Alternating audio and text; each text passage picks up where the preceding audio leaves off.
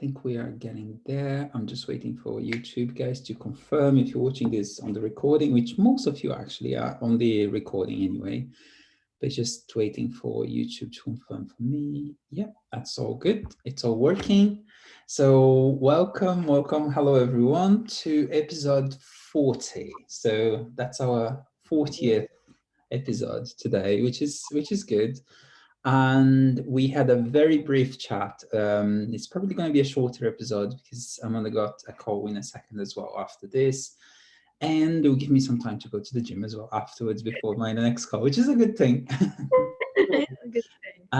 So we decided to talk about, as you guys know, on the Alchemy chat, we talk about all the spiritual stuff, the mind stuff, and all of this, comes to healing, like however you interpret healing as. Like, I know that the word healing, especially like when I hear it from, the spiritual people, it can be more like the spiritual side, but it's just I think a transition where we go through, through life as well. So for people that don't take it so spiritually, let's say, we can have that interpretation of the physical healing that we see from science, medicine, and so on.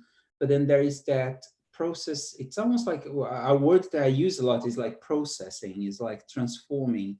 Even alchemy could be almost like a healing in that. It's, going from one stage or one way to another, from, I don't know, illness to health, from, let's say, a contraction, let's say, like you use that word contraction as well, from a period where you feel contractions, and let's say from anxiety, from, depressive thoughts or whatever it is that is going on, to a more calm, peaceful place, and so on. So for me, that's my interpretation, and I'll let Amanda, beautifully put her magic into it. Yeah. Oh, bless you. And that's the wonderful thing, isn't it, about our chat? It's we bring where we are with something, don't we? And it's never about saying someone's more right or wrong. It's never that. It's always about, it's tuning in. We talk about alignment. It's lining up, isn't it, with our soul, our heart, and our human self. And that's the alignment, and that's the integrity, isn't it, of trusting. The more we're self-aware, the more we're aware of when we go off kilter. And that's when someone might say, I don't feel centered, or I might just feel a bit icky, I might feel off. They might even label an emotion. I felt angry today, and I felt very hurt, and my mind just keeps almost like you get a sore tooth and your tongue keep going to it. And if there's a hurt that we haven't gone into and healed, that human part of us that's hurt, your mind can sort of keep going back to it, and you might find that you talk about it in conversation quite a lot. It comes up, and the brief chat June and I had today, it's just, I think at the minute there's just such a beautiful wave of healing energy around us. So, and it's all the different levels, isn't it? Of course, there's a psychological healing as well, when we heal conditioned patterns and it's about who we are. And it might be, I'm not safe, or I'm not safe to be who I am, or I'm not enough, or people hurt me, or I'm not valued.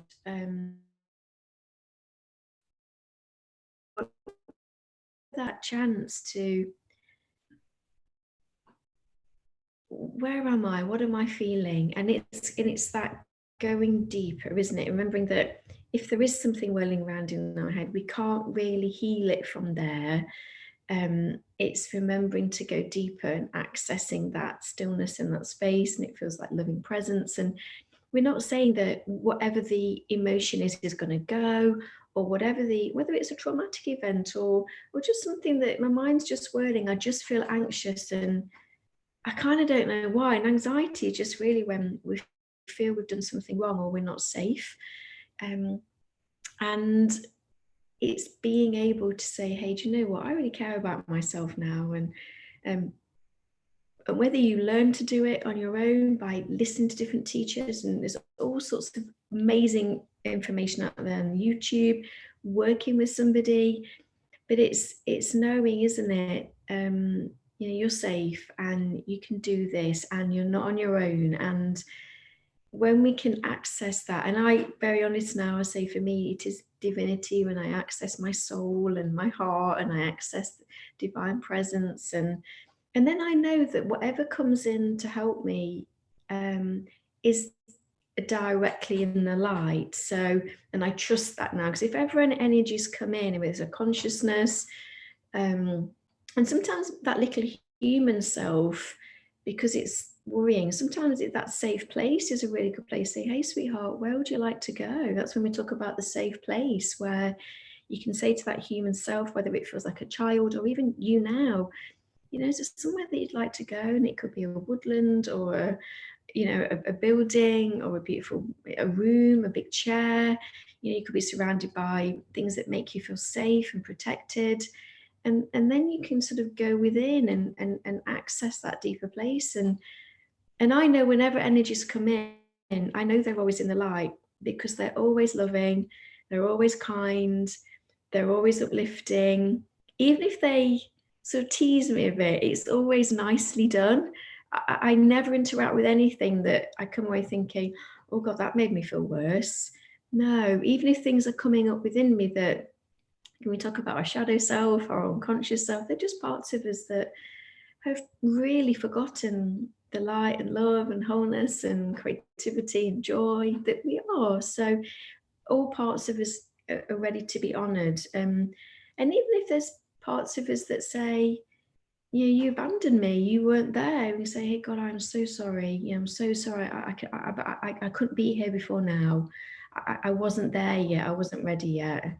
Can I ask you one thing? Just this is coming to me as I'm listening to this. I'm on this, like, I know we talk a lot, I'm not worthy, I'm not, but sometimes I think the symptoms, what we can see on the surface, is like, I know you worked with quite a lot of people, then sometimes it's even, we are even unaware of those kind of thoughts. Do you see? There are other kinds of thoughts on the surface. For example, oh, I don't have enough money, for example. Do you see? There is, a more kind of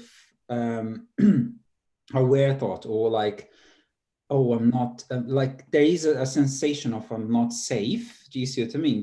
But the thought on the top is like, I don't have money, for example, is not, I'm not safe, therefore I'm in danger, therefore there is no one looking after me who is actually. Do you have a few other examples of like things that you hear from people, for example? That's I'm just trying to connect with where people are in that sense, because Yeah. I think loads of us like might not even be aware of, like, I'm not safe. Do you see? I'm not worthy. It's like, for example, the I'm not worthy can be like a thought which is behind quite a few other thoughts, that on the surface level, it's like, oh, I can't do that. Do you see what I mean? No, I'm not able to do that. I'm not able to get a new job. I'm not able to leave this relationship. I'm not able to. Do you see that is kind of what possibly people can see on the top? And I can see how much helped me through therapies and everything else. But there were moments where I couldn't leave even from the top of the iceberg, let's say, in that sense, to go to the, yeah. And I think it's knowing that if we have some sort of belief or idea about ourselves or the world that doesn't match our soul, what our soul knows about us, that we're safe, we're loved, we're eternal, we're so much more than the physical body, we are worthy of such abundance, we don't need to earn that. So, and really you can't really fix it from behind. You can't. So even if you do, I mean, it's better to have positive affirmations than negative affirmations. So it's all a process, isn't it? Anything's better than nothing. So, I think it's beautiful to, as we heal, say from that heart-centered place, the words, those wounded parts or unconscious parts need to heal to bring them home. But really, if ever we know we're feeling anxious or whatever, you know when you're not feeling aligned, because you'll feel anxious. And we talked about the abnormal normal before, where a level of anxiety has been so your normal that I've worked with people that they don't think they're anxious because they're normal. Yeah. It's starting to manifest in their lives where it might be money issues, or they might be quite stuck. They don't feel safe to make changes. So it's about sort of saying, hey, I can see there's something going on here, and there's a part of me that, God bless me, it's I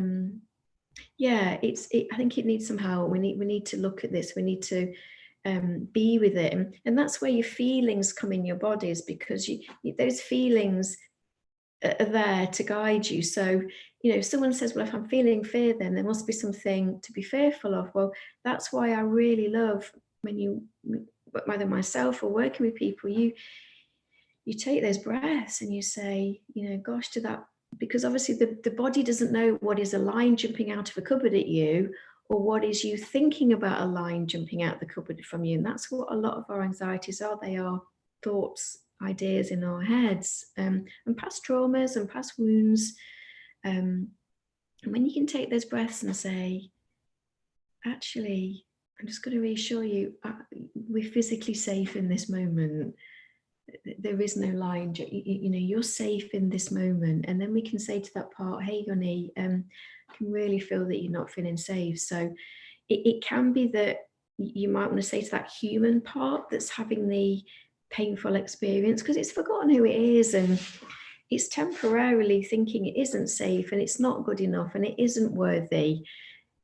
Because most of the things that happen out there, with whatever label, it's money, relationships, as we go into it, there are sort of core things of, am I worthy? Am I enough? Am I safe? Am I safe to be who I am?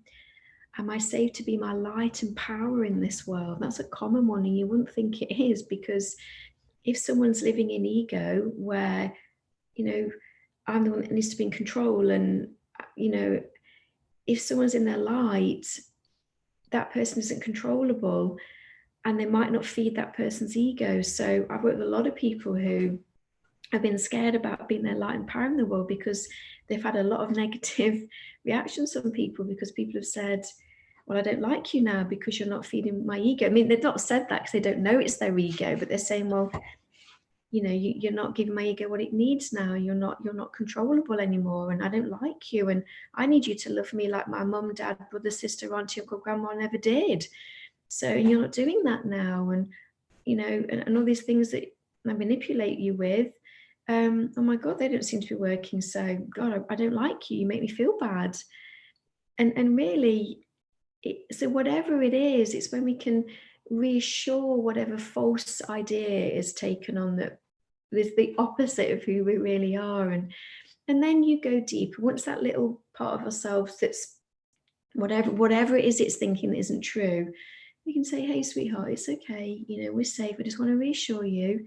But you know what? We're going to go the next step, and you're not going to be abandoned. We're not going to leave you. We're going to connect with that deeper place. We're going to go feel those feelings, and we can even go beneath those feelings, because they might be going, I need to work these feelings out. What are these feelings? I need to fix them. What are these feelings? I think it was when I was little. So I think that you go, hey, honey, it's okay, darling. We don't expect you to solve this. So What Amanda, what are the kind of the most common ones that are like, just so, well, I'm just bringing it, it's just the awareness from the people that might be watching, like there are like some key ones that they're very common to most people, I would say. So relationship is one. Do you see what I mean? It might be a romantic relationship, it might be a relationship with friends, a relationship with family, and so on. So relationship is a big one. Money is another trigger, let's say, that can create anxiety and so on.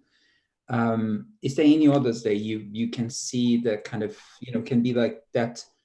Yeah, the source of the, you might know that, there are some feelings going on and so on, but there is kind of like where we can start seeing. You're asking how it physically is manifesting outside of themselves. Yeah, how they can kind of see because we brought this topic of healing, for example, but to heal something, we almost like there is a way where we're going to see where is it starting. For example, if I have a sore throat, which is like needs to be healing, I know it's in my throat. Do you see what I mean? It might be deeper into this as well, but yeah.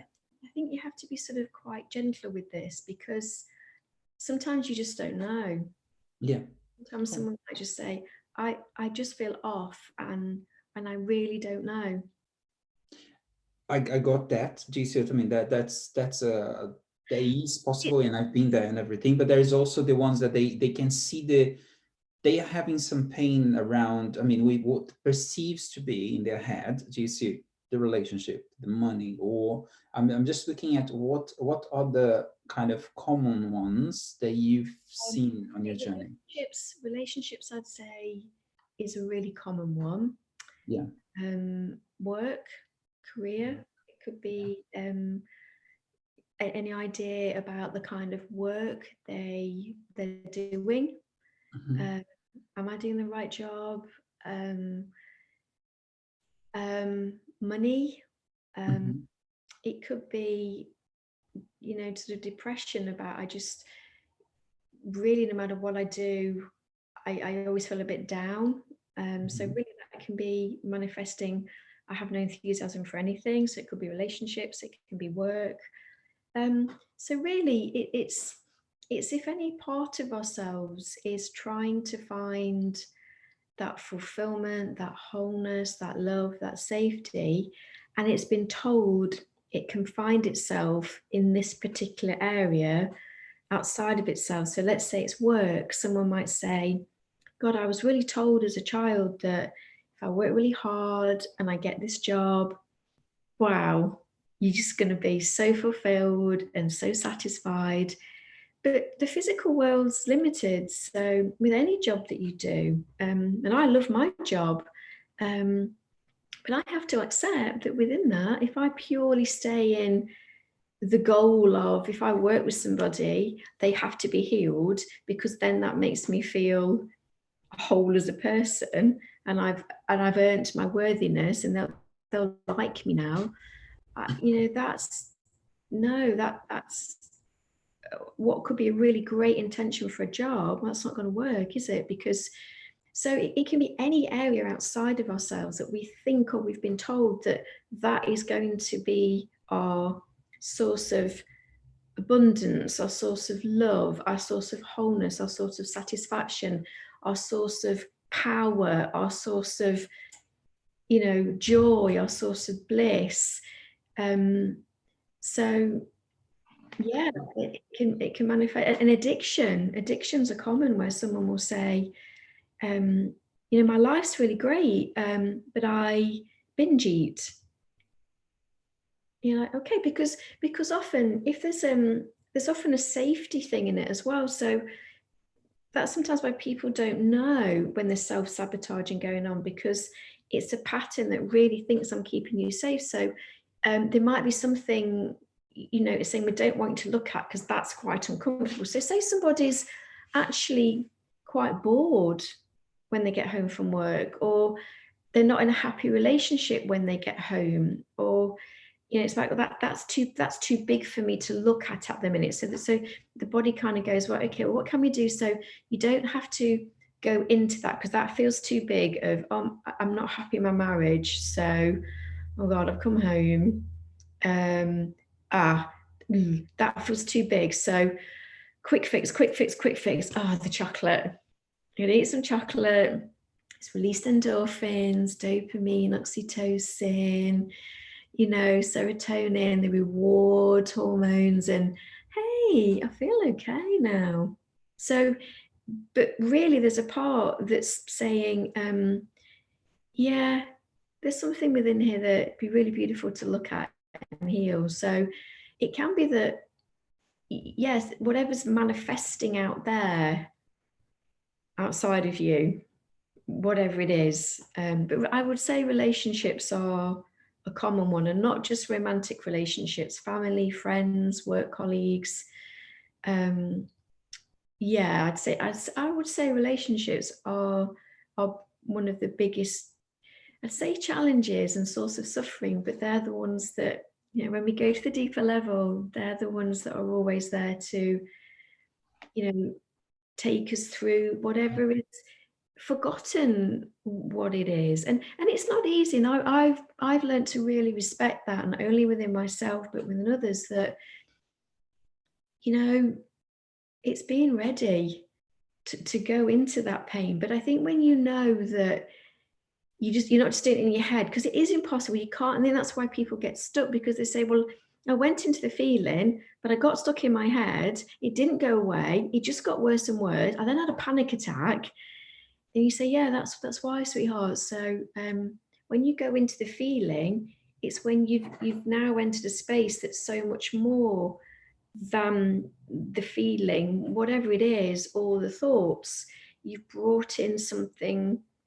There's like a stillness then that can come in, and you can access that, and it's there that you'll find whatever it is. So that part, I worked with somebody once who lots going on, it was mainly about relationships, and when she was able to access consciously the part of herself that was, it was kind of like her relationships with almost everybody, eventually, because that part of her now felt safe, because it could access this bigger part that was coming in to help her, this greater intelligence, whether you want to say it's your higher self, your soul, your heart, this part is like a child without a parent. This inner part of her finally felt safe enough to step forward.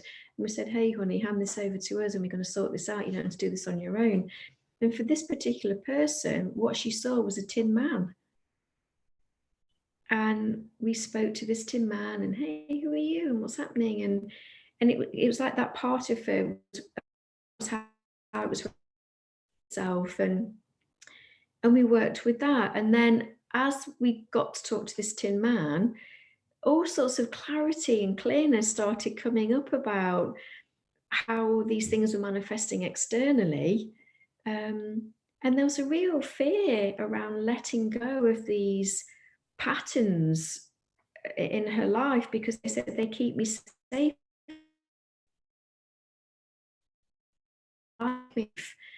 You know, I actually worked with some of the opposite. They weren't too far along the other sort of linear path, really. Of this was somebody who said, God, I'm a dickhead. You know, they said, I abuse women, you know, I abuse my power, you know, and they said, but I know I need to look at this because I want a fulfilling relationship with a partner, and I don't seem to do it, because as soon as I start getting intimate, these weird power games come in, and I see myself acting like an arsehole. And he was like, I want an intimate relationship, and it's affecting my work because I asked to work with good people, but people that won't take my shit anymore. So all my old pattern manipulation, bit of bullying, using looks, using my charm,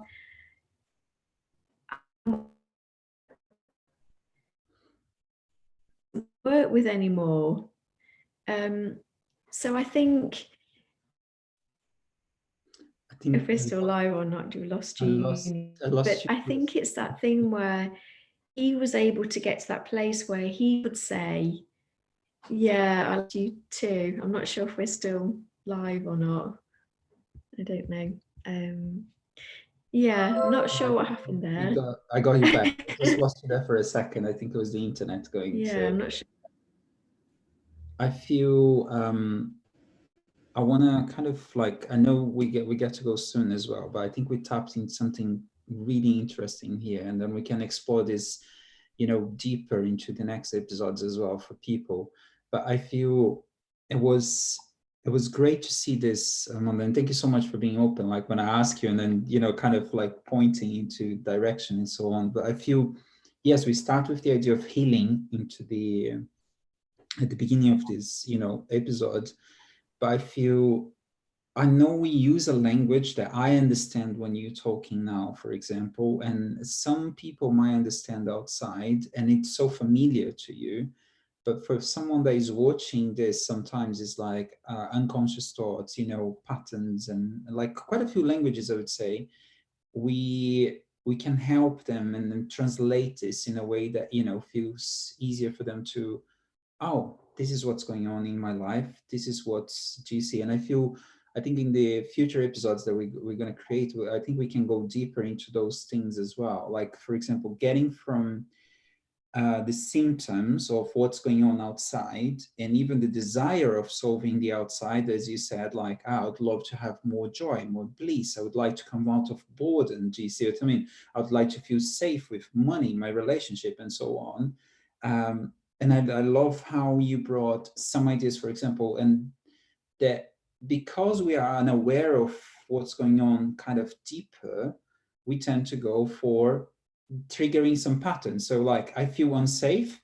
Oh, I'm going to eat chocolate. Do you see what I mean? I feel threatened. So I'm going to go to the pub and I'm going to grab a drink. Do you see what I mean? Or I feel you are threatening my, who I am. And then I go into an argument. So there are patterns. It's almost like someone press a button and then there is a programming, let's say a program that runs along the way. And I'm still not saying that everyone is ready to go and understand that program. Do you see? I'm not saying that everyone, some of us would, like, if you're here and you're watching this, it's probably you starting to kind of feel that there is more than just programs, and there are programs that are running and you would like to change. And that might be, just the first step that you get to look into. And then as we go along, and if you haven't watched some of the previous episodes, if you watch like after this, some of the previous ones, it's going to start to make sense as well. Some of the stuff that we spoke, and the future episodes as well that we're going to create, I think it will create a little bit more clarity for you as well, or like how programs actually works. How can we actually have a conversation with that thought, for example, or with that emotion? How can we don't need to be afraid of it, but we can engage into it and we can help to heal it, literally, which that's the whole idea of just tapping into healing on this. Yeah. Yeah. And I think the key thing is having the awareness. How am I feeling? And then am I ready to, I want to heal this? And then doing it from a place of safety, and that self-honesty, because there are parts of us that can be difficult to look at because we think they're bad. Am I controlling? Do I need to be the one in control? There's a part of ourselves that could be self-sabotaging us in our relationships. And, it's easy for the ego to say, well, I'm not happy because of what that person's doing. But actually the real power is when we recognize it's all within me. And sometimes, that ego might not be ready to acknowledge that yet. And you got to respect that. You come to a point where it's that readiness to heal as well. And there is a process. It depends what it is you're healing. Deep trauma and wounds, yeah, God, that's a gentle process that you hold someone's hand with. But that the guy I was talking about, he came saying, I've realized I'm an arsehole. It was like, oh my God, but thank God life was bringing with people that had huge integrity and were very heart-centered, but they were strong in that. They had strong boundaries. So his charm, his manipulation, his tools that used to work just weren't working anymore. He was meeting women that were going, I don't know what this is, but you don't seem ready to have an intimate, mature relationship. And he was like, what? Oh yeah, right. And in his work relationships, people were like, he's oh, I'm sorry I'm late, but and he'd do a bit of a poor me, and they'd be like, you're a grown man, turn up for meetings on time. If there's something really going on, yeah, we're here, but we're hearing a lot of excuses all the time. And and he was a bit, I'm not used to being challenged, I'm not used to this not working. So he could see, but it was beautiful to witness because it was allowing him, it was painful. We had to look at some. I just want to bring that to belief. people as well. Like, I know it's easy for us to see it in other people. It's just like, okay, I think the questions that I'm asking here is, where am I giving lots of excuses here? Do you see what I mean? Where am I kind of protecting myself? Where am I thinking a certain way in here. So all the examples that Amanda is just putting in here, just kind of like, rather than, oh, I can see that person, I can see this one, I can see that guy on that work and everything else. It's so easy for the ego to go and point out, is actually really ask those questions to ourselves. Where exactly I'm creating excuses? Where exactly I'm saying, oh, it's okay to get, late? Or one of the things that Amanda just mentioned beautifully, like, I know I can see that a lot in myself and other people as well. You kind of, oh, I'm having a problem with this relationship and that relationship. What is the common point in here? Do you see what I mean? If there's loads of relationships where you feel like you're being bombarded, the world is against you, maybe, you know what I mean, I'm the center of this. Do you see? And if we change the core of it, then things start to change. And it's like what we said before, if you start kind of working in your light, in your healing, in your process, things start to change around you. So it's not about, oh, I have a guy who's exactly like what Amanda is saying here, and he does that and that and that. It's easy for us to point fingers and, oh, I get to heal that person because then my life was gonna get healed. It's more like, oh, okay, where is it that I'm doing this type of stuff? I'm aware of your time as well, Amanda. I know you got a call in a second. I know we can talk forever on this stuff, and we're definitely going to talk more on the next episodes as well. Yeah, it's a beautiful thing to talk about, and I think it's just, I think the thing I want to say is, there's no part of you that isn't loved. So even if you're listening to this and, you might feel, oh, I actually can't go there because it brings up such shame and such self-doubt and such loathing. And they're the part of us that really need our love.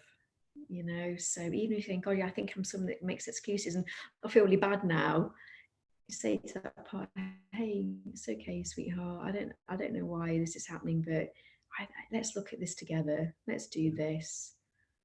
And I would just say, like, as well, like, if there is anything that we said here that make you awake or feel something or even feel bad about yourself or anything, and you can't do it by yourself, just ask for help. I mean, there's several ways of asking for help. That you can ask for help internally, do you see what I mean, to a guide, to a divinity and everything else. And I know that is powerful as well.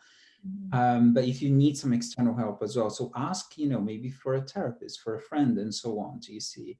I would definitely, and it's much closer than we ever think. Usually those people are just around us. I'm not saying there has to be, that guru on internet or that, specific person, or I have to be talking to Amanda or Junior. There's nothing wrong with that. But I'm saying usually, we have those guiding people around us as well in that sense.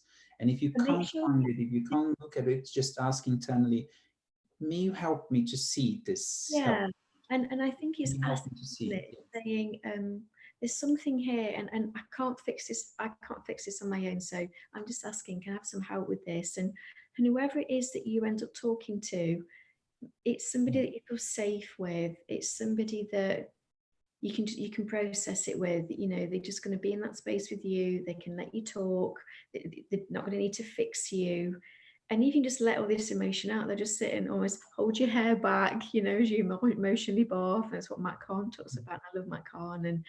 And yeah, it's finding somebody that you feel safe with, and you can start talking to and start bringing it up into the light, because Awesome. yeah, you're not on your own with it. I'm aware that you're gonna have a client. I'm just making sure that we are like there as well, and respectful to your time as well, and for you guys as well. So, is there anything else just to wrap up? Just I'm conscious of time as well. good, good, cool. So, guys, thank you so much for seeing us again, watching this. I feel there is a change, a transition that we're going to be coming to the Alchemy chat. I don't know, like, if Amanda can feel that as well. A little, there is some. I feel the healing today was a very on point topic as well. There are loads of, good things that we can, explore here in terms of healing patterns and everything else, and we can potentially bring. Of course, we're gonna do in an authentic way as we always do, but I'll leave it. Let's let it evolve, like we're letting it happen. So thank you so much for watching. If there is anything that got confused or not too sure, or you disagree, or you agree really much, that you had an aha, I'd love to hear that on the comments as well below. So if that's your, opportunity to, express, to share with us as well, to share with the people that will be on the comments as well. If you like this video, remember to like it. If you dislike, just put the dislike so we know what's, working and not working. And if this kind of conversations is something that you enjoy, and then you kind of would like to hear more, just click the subscribe and then that bell button. And I'll see you guys on the next one. Yeah. Bye for now. You can do it. You can do it. Lots of love. Bye. Bye.